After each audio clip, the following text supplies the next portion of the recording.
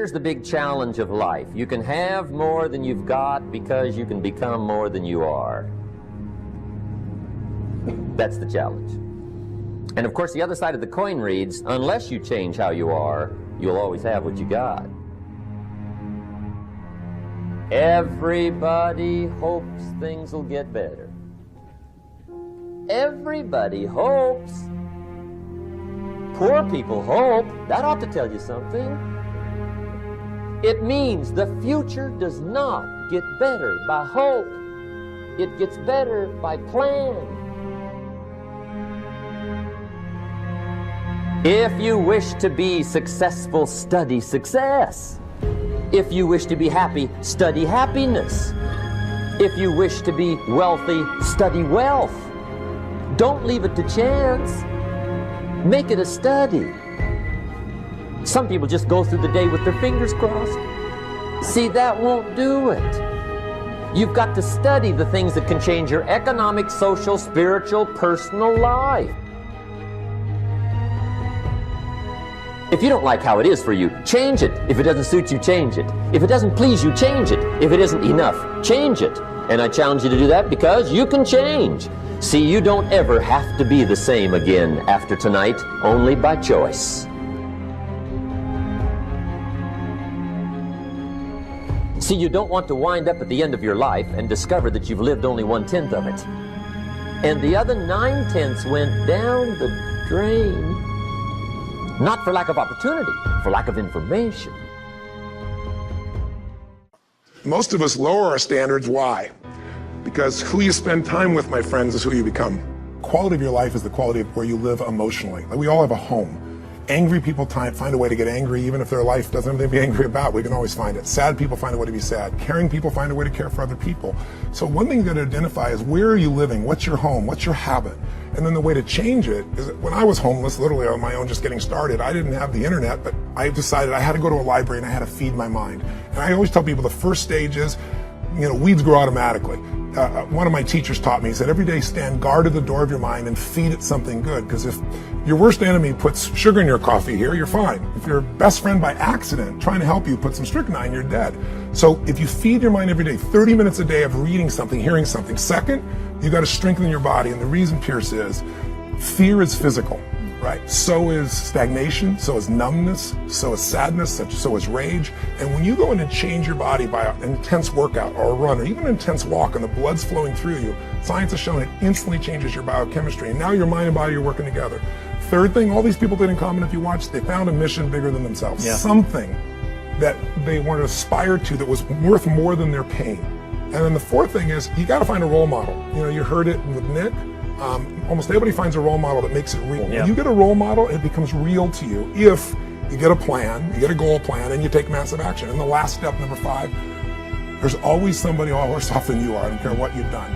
So if you can go help somebody worse off, it puts your life in perspective, and it also reminds you life's not about me, it's about we. I always tell people, the secret to a great life, the secret to living, is giving. And when you realize there's something in you still to give, even if you lost your legs, even if you've been through a horrific financial situation, your life can improve, but more importantly, you'll have a meaningful life because your life will contribute to other people. Decide to develop the habit right now, the habit of focusing on what's right in your world instead of what's wrong.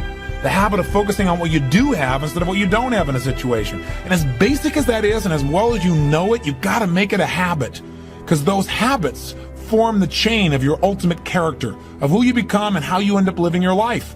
We've got to condition ourselves, because if we don't, we'll go back to the automatic state that most people live in today's society.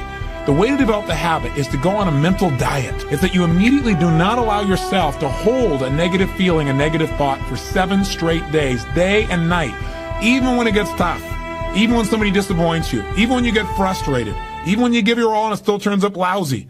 Listen, if all I did was rant and rave on this tape and you didn't listen to anything else I said, but you took on this 7-day challenge, you can't believe what it'll do to your life. If you get yourself in a state of certainty that this is going to work, I'm going to find the way, and if this doesn't work, I will make the way, then you tap a lot more potential. And when you're certain in your potential, you take massive action. When you take massive action, you really believe in something, you get great results. When you get great results, your brain goes, see, I told you I was a stud. People tell me all the time, oh, I'm skeptical or I'm pessimistic. I said, no, you're gutless. It takes no guts, it takes no courage to be a pessimist, to say it's not going to work, to try to find out what's wrong. What's wrong is always available. It's always what's right.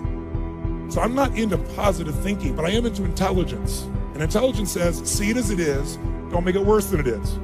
The only way it gets better is if you can see it as it is. Don't make it worse than it is. Don't try to make it so it's impossible to change. That's not true. It's not true at all. The second mandate, I think, to changing anything in your life, to leading your life, is once you see it as it is, not worse than it is, then you got to see it better than it is. Because that's the thing that's missing from most relationships. There's no vision. I mean, without a vision, people what? Perish. And when a relationship has no vision for greater than where they are, that relationship is going downhill, if not destroyed. I believe that every relationship, every part of life, every part of a human being needs a compelling future. If the future's not more compelling than today could be tough, but if the future's compelling, we can get there.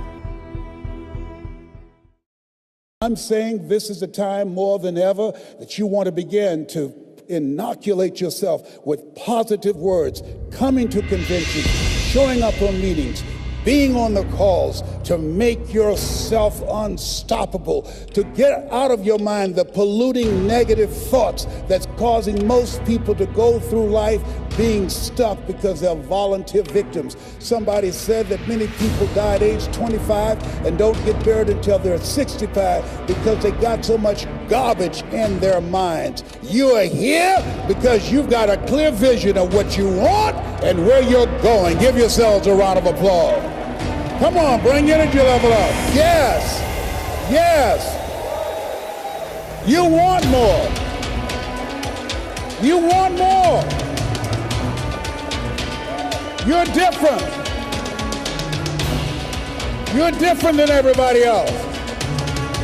Don't worry if they don't get it. Don't try and convince people to do this business. A person convinced against their will is of the same opinion still.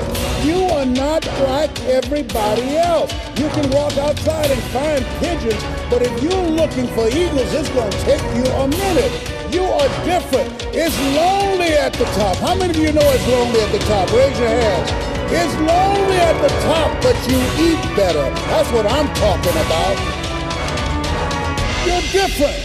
One great entrepreneur said, I choose not to be a common man. It's my right to be uncommon if I can. I seek opportunity, not security. I do not wish to be a kept citizen, humbled and dulled by having the state look after me. I want to take the calculated risk, to dream and to build, to fail and to succeed. I refuse to live from hand to mouth. I prefer the challenges of life to the guaranteed existence, the thrill of fulfillment to the still calm of utopia. I will never cower before any master, nor bend to any threat. It's my heritage to stand erect, proud and unafraid, to face the world boldly and say, this I have done. You showed up because you're building a business that you can stand and say, I did this. I did this. This is my dream. Give yourselves a round of applause. Yes, yes.